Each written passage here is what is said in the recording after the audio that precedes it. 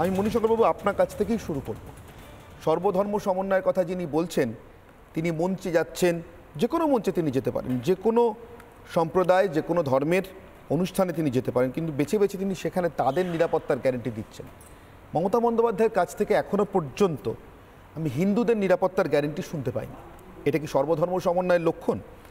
এমন গ্যারেন্টি যে মুখ্যমন্ত্রী দেন, বেছে বেছে গ্যারেন্টি দেন, তার রাজ্যে হিন্দুরা সুরক্ষিত না?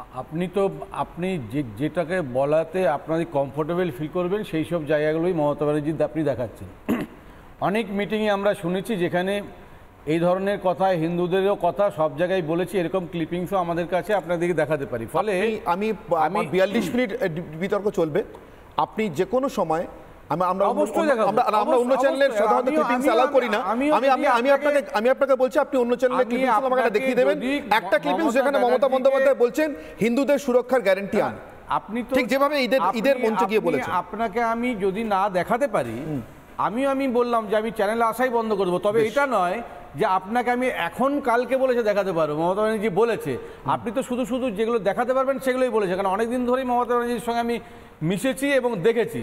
আপনি দেখবেন তৃণমূল কংগ্রেসটা যখন আসে বা যখন আসেনি, মমতা ব্যানার্জি যখন লিডার, তখন থেকেই দেখবেন যে এই মুসলিমদের যে রোজা হয়, যেখানে মমতা ব্যানার্জির পার্টিসিপেশন প্রথম দিন থেকে আছে। না, যখন তৃণমূল কংগ্রেস আসেনি বা তৃণমূল কংগ্রেস জন্মেছে তখন তো উনি অনুপ্রবেশের কথা বলেন। এখন আর বলেন তৃণমূল কংগ্রেস যখন গঠন হয় এবং গঠন হওয়ার আগের থেকেও মমতা ব্যানার্জি যদি আপনি দেখেন লাইফস্টাইলটা, মানে কিভাবে তিনি অ্যাপ্রোচ করেন, কোথায় যায় আসেন, তখন থেকে আপনি রোজায় যাওয়াটা তো অপরাধ না। ফলে আমি তো আমার অসংখ্য মুসলিমদের বাড়িতে গিয়ে খেয়েছি, এটা কি অপরাধ নাকি? আমি বলছি আমি নিরাপত্তার গ্যারান্টি এক পক্ষকে দেবো কেন? আমাকে একটু বলতে দিন। বলুন। আপনারা যে ন্যারেটিভটা তৈরি করছেন তাতে হচ্ছে যে আমরা তৈরি করছি পুরো হিন্দু সমাজটার বিরোধী, মুসলিম সমাজটাকে অ্যাকসেপ্ট করেন, হিন্দু সমাজের নিরাপত্তা দেয় না, বিশ্বাস করেন না। আপনি যদি দেখেন, উনি তো স্পষ্ট বলেছেন যে আমি একটি ব্যক্তি লোকের, আজকে 279টা ব্রাঞ্চ আছে, সারা পৃথিবী জুড়ে আছে রামকৃষ্ণ মিশন, ভারত সেবা সংঘ আশ্রম। একটা লোককে কেন বলেছেন? নির্দিষ্ট কোনো, শুনুন, যখন কোনো নির্দিষ্ট তথ্য আছে বলে বলেছেন, নির্দিষ্ট করে পার্থ চ্যাটার্জিকে খারাপ করে দিলাম। আপনারা তো বলছেন কার্তিক মহারাজ যদি খারাপ হতেন, মমতা বন্দ্যোপাধ্যায় যা বলেছেন তার এক বর্ণ যদি সত্যি হতো, ভারত সেবাশ্রম সংঘ থেকে তিনি এতক্ষণে বিতাড়িত হতেন। আপনি নির্দিষ্ট, আপনি একবার শিওর থাকতে পারেন যখন তিনি ভারত সেবাশ্রম সংঘ, রামকৃষ্ণ মিশন, ইসকন এভাবে চলে না। মণিশঙ্করবাবু কয়েকদিন আগে আমি স্মরণ করে দিই, স্বামী বিবেকানন্দ সম্পর্কে ইসকনের এক সন্ন্যাসী অত্যন্ত আপত্তিজনক কিছু কথা বলেছিলেন। কি অবস্থায় আছেন তিনি? ইসকন, ভারত সেবাশ্রম সংঘ, রামকৃষ্ণ মিশনে যদি কেউ সত্যি মিশনের অননুমোদিত কোনো কাজ করে থাকেন, সংঘ অনুমোদন করে না এমন কোনো পথে চলে থাকেন, তাহলে মমতা বন্দ্যোপাধ্যায়কে স্মরণ করে দিতে হবে না, তার আগে ব্যবস্থা হবে। আপনাকে দায়িত্ব নিয়ে বলছি, সেটা তো জানবে, তারপর হবে। দায়িত্ব নিয়ে বলছি, এই যে সন্ন্যাসীরা আছে, মহারাজরা আছেন, এদের সবারই একমত নয়। আপনি জানবেন যে মমতা ব্যানার্জি যে ইনফরমেশনগুলো পাচ্ছে সেগুলোর মধ্যে সন্ন্যাসীদের বিভাজন আছে। কেন থাকবে? আমি বলছি দায়িত্ব নিয়ে আছে। নরেন্দ্র মোদী গতকাল যে বক্তৃতা দিয়েছিলেন, গত পরশুদিন, এইটা বলার পরে তিনি বিবেকানন্দ সম্পর্কে যে বিদেশে বক্তৃতা দিয়েছেন তার কথা বলেছেন। বিদেশে যে বক্তৃতা দিচ্ছেন তাকে ইউনিভার্সিটি অফ ডাইভার্সিটির কথা বলেছেন, তিনি সর্বধর্ম সমন্বয়ের কথা বলেছেন। কিন্তু তিনি কি বললেন? মুসলিমদের চাপে, কট্টর মুসলিমদের চাপে তিনি এই কথাটা বলতে বাধ্য হয়েছেন। এটা নরেন্দ্র মোদী এখানে বলে গেছেন। একটা জিনিস ভালো লাগে, এইসব কথোপকথনের মাধ্যমে আমাদের কিছু সাধু সঙ্গ হচ্ছে বসে, জানি না সঙ্গটাই কতটা, মানে সাধু সঙ্গে কতটা উপকৃত হবে এবং তারা যে কথাটা বলবেন তাতে মানুষ কতটা উপকৃত হবে জানি না। কিন্তু অনেক সাধুর সঙ্গে এখন দেখা যাচ্ছে যে রাস্তায় পথে ঘাটে নামছে, তাদের সঙ্গে আমরা মিলিত হতে পারছি, আমরা অনেকটা সমৃদ্ধ হচ্ছি। কিন্তু এইটা যে কতটা হিতকর হবে রাষ্ট্রের পক্ষে এনাদের বক্তৃতাগুলো, সেটা নিয়ে অনেক সন্দেহ আছে। ফলে এরকম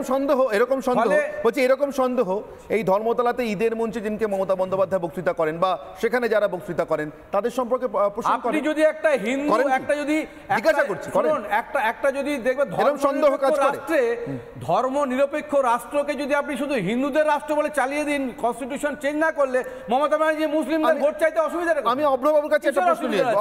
আচ্ছা অভ্রবাবু, আমি মণিশঙ্করবাবু আপনার কাছ থেকেই শুরু করব। সর্বধর্ম সমন্বয়ের কথা যিনি বলছেন, তিনি মঞ্চে যাচ্ছেন, যে কোনো মঞ্চে তিনি যেতে পারেন, যে কোনো সম্প্রদায়, যে কোনো ধর্মের অনুষ্ঠানে তিনি যেতে পারেন, কিন্তু বেছে বেছে তিনি সেখানে তাদের নিরাপত্তার গ্যারান্টি দিচ্ছেন। মমতা বন্দ্যোপাধ্যায়ের কাছ থেকে এখনও পর্যন্ত আমি হিন্দুদের নিরাপত্তার গ্যারান্টি শুনতে পাইনি। এটা কি সর্বধর্ম সমন্বয়ের লক্ষণ? এমন গ্যারেন্টি যে মুখ্যমন্ত্রী দেন, বেছে বেছে গ্যারেন্টি দেন, তার রাজ্যে হিন্দুরা সুরক্ষিত? না, আপনি যেটাকে বলাতে আপনাদের কমফোর্টেবল ফিল করবেন সেই সব জায়গাগুলোই মমতা ব্যানার্জি আপনি দেখাচ্ছেন। অনেক মিটিংয়ে আমরা শুনেছি যেখানে এই ধরনের কথা, হিন্দুদেরও কথা সব জায়গায় বলেছি, এরকম ক্লিপিংসও আমাদের কাছে আপনাদেরকে দেখাতে পারি। ফলে আমি 42 মিনিট বিতর্ক চলবে, আপনি যে কোনো সময় আমরা অন্য চ্যানেলের সাধারণত ক্লিপিংস অ্যালাউ করি না। আমি আপনাকে বলছি, আপনি অন্য চ্যানেলের ক্লিপিংস আমাকে দেখিয়ে দেবেন একটা ক্লিপিংস যেখানে মমতা বন্দ্যোপাধ্যায় বলছেন হিন্দুদের সুরক্ষার গ্যারান্টি আন, আপনি ঠিক যেভাবে ঈদের মঞ্চে গিয়ে বলেছেন। আপনাকে আমি যদি না দেখাতে পারি, আমি বললাম যে আমি চ্যানেলে আসাই বন্ধ করে দেবো, তবে এটা নয় যে আপনাকে আমি এখন কালকে বলেছে দেখাতে পারবো। মমতা ব্যানার্জি বলেছে, আপনি তো শুধু যেগুলো দেখাতে পারবেন সেগুলোই বলেছে, কারণ অনেকদিন ধরেই মমতা ব্যানার্জির সঙ্গে আমি মিশেছি এবং দেখেছি। আপনি দেখবেন তৃণমূল কংগ্রেসটা যখন আসে বা যখন আসেনি, মমতা ব্যানার্জি যখন লিডার, তখন থেকেই দেখবেন যে এই মুসলিমদের যে রোজা হয়, যেখানে মমতা ব্যানার্জির পার্টিসিপেশন প্রথম দিন থেকে আছে। না, যখন তৃণমূল কংগ্রেস আসেনি বা তৃণমূল কংগ্রেস জন্মেছে তখন তো উনি অনুপ্রবেশের কথা বলতেন। এখন আর বলেন তৃণমূল কংগ্রেস যখন গঠন হয় এবং গঠন হওয়ার আগের থেকেও মমতা ব্যানার্জি যদি আপনি দেখেন লাইফস্টাইলটা, মানে কিভাবে তিনি অ্যাপ্রোচ করেন, কোথায় যায় আসেন, তখন থেকে আপনি রোজায় যাওয়াটা তো অপরাধ না। ফলে আমি তো আমার অসংখ্য মুসলিমদের বাড়িতে গিয়ে খেয়েছি, এটা কি অপরাধ নাকি? আমি বলছি আমি নিরাপত্তার গ্যারান্টি এক পক্ষকে দেব কেন? আমাকে একটু বলতে দিন। বলুন। আপনারা যে ন্যারেটিভটা তৈরি করছেন তাতে হচ্ছে যে আমরা তৈরি করছি পুরো হিন্দু সমাজটার বিরোধী, মুসলিম সমাজটাকে অ্যাকসেপ্ট করেন, হিন্দু সমাজের নিরাপত্তা দেয় না, বিশ্বাস করেন না। আপনি যদি দেখেন, উনি তো স্পষ্ট বলেছেন যে আমি একটি ব্যক্তি লোকের, আজকে 279টা ব্রাঞ্চ আছে, সারা পৃথিবী জুড়ে আছে রামকৃষ্ণ মিশন, ভারত সেবা সংঘ আশ্রম। একটা লোককে শুধুমাত্র কেন বলেছেন? নির্দিষ্ট কোনো, শুনুন, যখন নির্দিষ্ট তথ্য আছে বলে বলেছেন, নির্দিষ্ট করে পার্থ চ্যাটার্জিকে খারাপ করে দিলাম। আপনারা তো বলছেন কার্তিক মহারাজ যদি খারাপ হতেন, মমতা বন্দ্যোপাধ্যায় যা বলেছেন তার এক বর্ণ যদি সত্যি হতো, ভারত সেবাশ্রম সংঘ থেকে তিনি এতক্ষণে বিতাড়িত হতেন। আপনি নির্দিষ্ট, আপনি একবার শিওর থাকতে পারেন যখন তিনি ভারত সেবাশ্রম সংঘ, রামকৃষ্ণ মিশন, ইসকন এভাবে চলে না। মণিশঙ্কর বাবু কয়েকদিন আগে আমি স্মরণ করে দিই, স্বামী বিবেকানন্দ সম্পর্কে ইসকনের এক সন্ন্যাসী অত্যন্ত আপত্তিজনক কিছু কথা বলেছিলেন।